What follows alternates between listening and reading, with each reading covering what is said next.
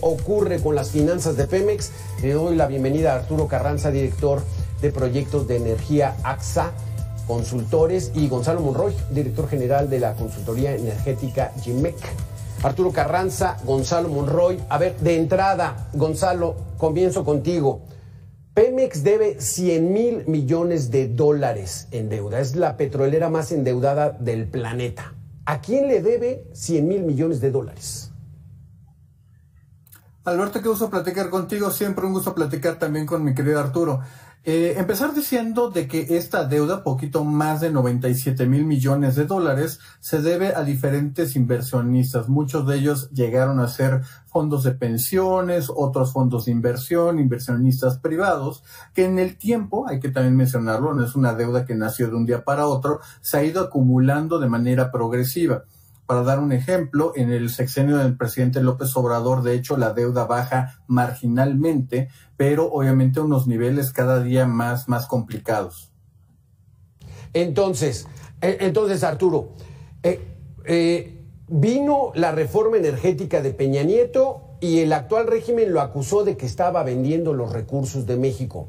¿Esto era cierto o necesitaba Pemex del apoyo de inversionistas privados, tanto nacionales como extranjeros? Hola Alberto, gracias por la oportunidad. Le devuelvo el saludo a Gonzalo. Definitivamente es una forma de entender y de ver a la industria de los hidrocarburos, Alberto. La administración pasada estaba convencida de que los particulares, las empresas privadas, más que un instrumento para poder incrementar la producción de hidrocarburos en México, era un lastre para el sector y afectaba las actividades de petróleos mexicanos. Sí. Y esta visión que tenía la administración pasada, que por cierto difiere al menos en el discurso de lo que ha planteado la administración actualmente, llevó a que Petróleos Mexicanos reportar al día de hoy una caída histórica en su plataforma de producción de hidrocarburos. Las cifras que se reportan a mayo del 2025 hablan de una caída anual, mayo del 2025 contra el mismo mes del 2024, del 10%. Y esta cifra que les estoy compartiendo me parece particularmente interesante porque, como comentaban Gonzalo, la deuda de Petróleos Mexicanos no se generó en la administración pasada, pero lo cierto es que una deuda tan alta que se viene construyendo en los últimos, al menos en los últimos 20 años, tenía un componente que la hacía manejable. Era el hecho de que Petróleos Mexicanos podía generar ingresos y generar flujo de efectivo porque producía hidrocarburos en niveles importantes, y con la venta de estos hidrocarburos podría gestionar su deuda. Lo cierto es que al día de hoy la crisis en Petróleos Mexicanos, desde mi particular punto de vista, obedece no al monto de la deuda, que de por sí es escandalosa, sino principalmente porque ya no genera el flujo de efectivo suficiente para gestionar esta deuda. Y además, Gonzalo, estos 100,000 millones de dólares, bueno, 97,000 millones de dólares, no es lo único que debe Pemex, debe mucho más. Es muy correcto, Alberto, y ahí es donde las cifras empiezan a tomar incluso otro orden de magnitud. Y vamos a recorrer rápidamente tres grandes rubros que Pemex debe. Ya está ahora sí que comprometido. Estamos hablando de 97,000 millones de dólares de la deuda. Estamos hablando de más de 60,000 millones también a sus fondos de pensión de sus trabajadores, y también, como ha estado también muy comentado, más de 20,000 millones de dólares a sus proveedores. Cuando hacemos la suma total de eso, estamos hablando de una cifra que es el equivalente al 10% del PIB de México. Obviamente es una cantidad completamente inmanejable. Un elemento que es el más importante, lo mencionaba ahorita Arturo, tiene que ver con que el modelo de negocio no está funcionando. Es un modelo de negocios que prácticamente le asegura con total certeza a Pemex seguir perdiendo dinero. Y si bien esta fotografía que estamos dando hay que complementarla con el dato, en este caso el más cercano que tenemos, que fue el año 2024. A pesar de que la industria petrolera mundial salió con ganancias importantes, Petróleos Mexicanos tuvo una pérdida peor que incluso la del COVID, por arriba de los 38.500 millones de dólares. Esa cifra que es tan alarmante, querido Alberto, se las vamos a poner a la gente de una manera muy sencilla. Sí. Es como si Pemex, si no hubiera perdido un solo peso, pero tampoco hubiera ganado, hubiéramos podido haber duplicado todos los programas sociales en el año 2024. De ese tamaño es la pérdida que tuvo Pemex. Porque son 100,000 millones, bueno, 97,000 millones de dólares, más 60,000 millones de dólares en jubilaciones, más 20,000 millones de dólares a proveedores. ¿Cuántos son 97,000 millones de dólares en pesos, Arturo Carranza? Cerca de 2 billones, Alberto. 2 billones de pesos. O sea, es descomunal. Y entonces, lo que nos explicas, Arturo, es de que, además de estas deudas que ya arrastra, órale, no eran de ellos, ya venían trabajándose. La producción está bajando. ¿Qué representa que esté bajando la producción? ¿Por qué hay menos producción? Porque ya no hay petróleo, porque no tenemos la capacidad para sacarlo, el que está en aguas profundas. ¿Por qué, Arturo?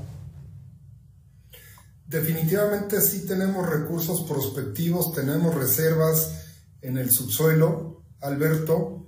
Lo que desde mi punto de vista no tenemos es una visión clara sobre el presente y el futuro de Petróleos Mexicanos.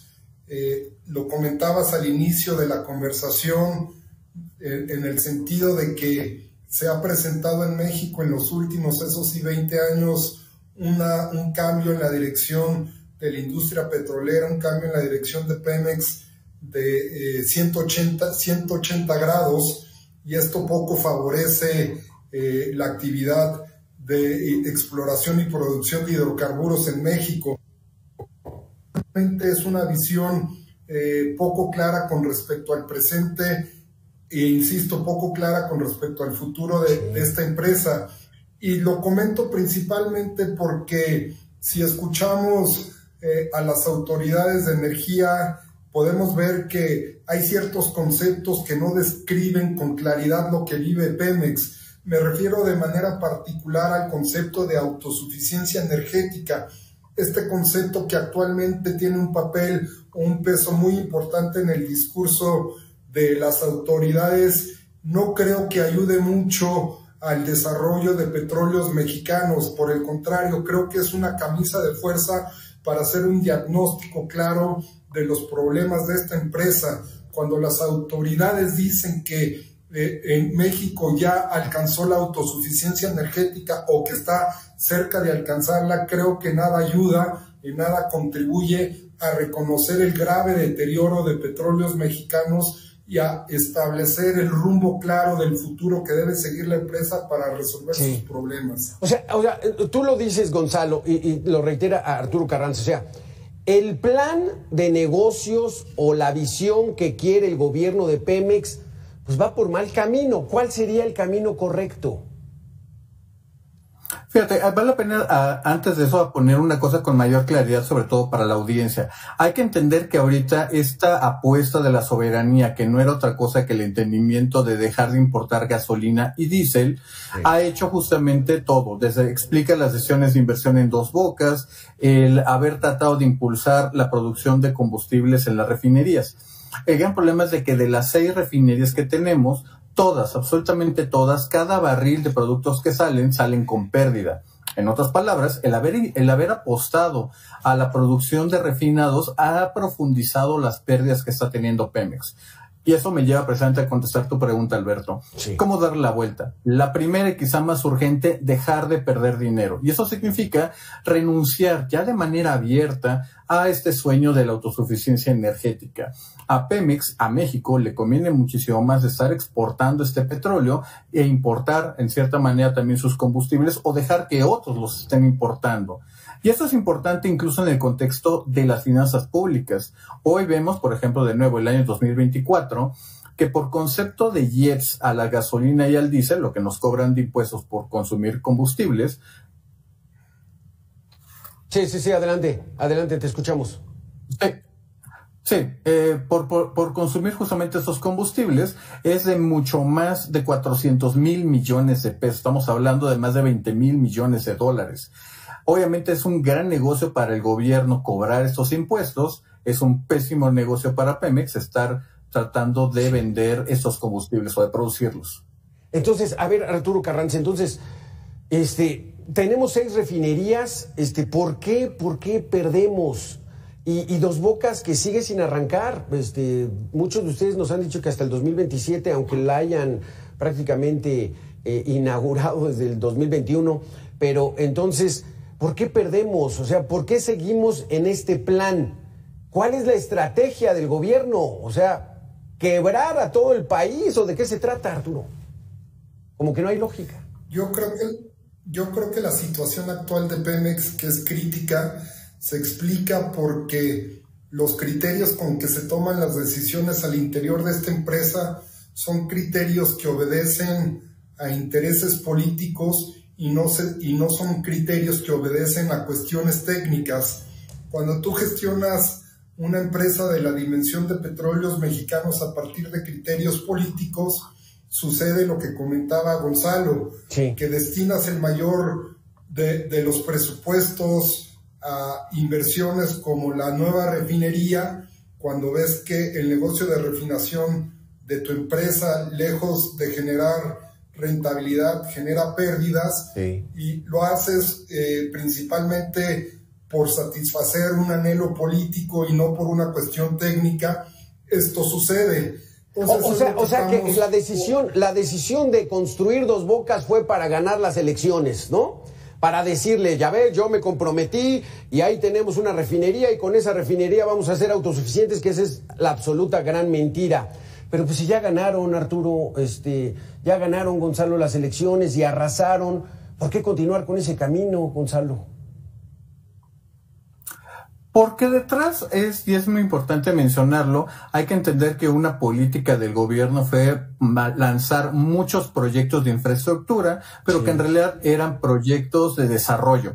Ejemplos de ello podemos verlo en el Tren Maya, en el aeropuerto Felipe Ángeles, estamos viendo en diferentes proyectos donde no hay ninguna rentabilidad económica del proyecto, pero ha sido un excelente negocio inmobiliario de construcción, y hay que decirlo con todas sus letras. Mucho de esto tiene que ver con la gran opacidad, la falta de transparencia en todos estos procesos. Es por eso que incluso yo te diría que es más una característica, más que un error, todos los sobrecostos que hemos visto en estos diferentes tipos de proyectos. Es que, Arturo Carranza, pues entonces volvemos a eso mismo. O sea, se están llevando un porcentaje, ¿no? Por decirlo al aire, ¿no? Pero si están viendo que eso nos está llevando al desfiladero, o sea, ahora sí que al despeñadero, como lo decían, ¿por qué no le van a cambiar? ¿Hay visos de que cambien este rumbo? ¿O vamos a seguir alimentando un barril que no tiene fondo? Yo creo, Alberto, que ya se impuso y que no hay forma de no entrarle a este tema que ya está empezando a afectar la percepción en las finanzas públicas. Sí. De suerte tal que yo creo que ya no se trata de si quieren o no resolver la crisis en Petróleos Mexicanos. Creo que se trata del hecho de que reconocen que se tiene que resolver para que esta crisis no se traslape o no se transfiera o no contamine la percepción del Estado mexicano. El tema, habiendo dicho esto, es cómo van a plantear la respuesta para resolver la crisis de Petróleos Mexicanos. Esto es, no se trata de no reconocerla, sino qué es lo que sigue para proponer resolver esta crisis, Alberto. Exactamente. ¿Tú cómo ves esto, Gonzalo? Primero es reconocerla, no sé si la están reconociendo, dice la presidenta, no, estamos logrando la autosuficiencia, ya somos soberanos en energéticos, no se ve cómo. Mira, yo creo que lo que estamos viendo ahorita, Alberto, es un divorcio de la realidad y del discurso político.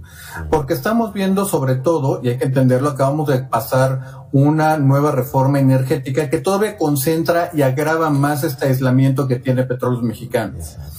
El reconocerlo, tendremos que estar derogando lo que se acaba de aprobar en los últimos 3 meses y no parece que lo estemos haciendo. Y sin embargo, como sabemos todos los que hemos vivido más de un día en esta tierra, que el dinero no crece en los árboles. Obviamente el modelo está completa y absolutamente agotado. Las finanzas públicas ahora se debaten de cómo vamos a rescatar a Pemex.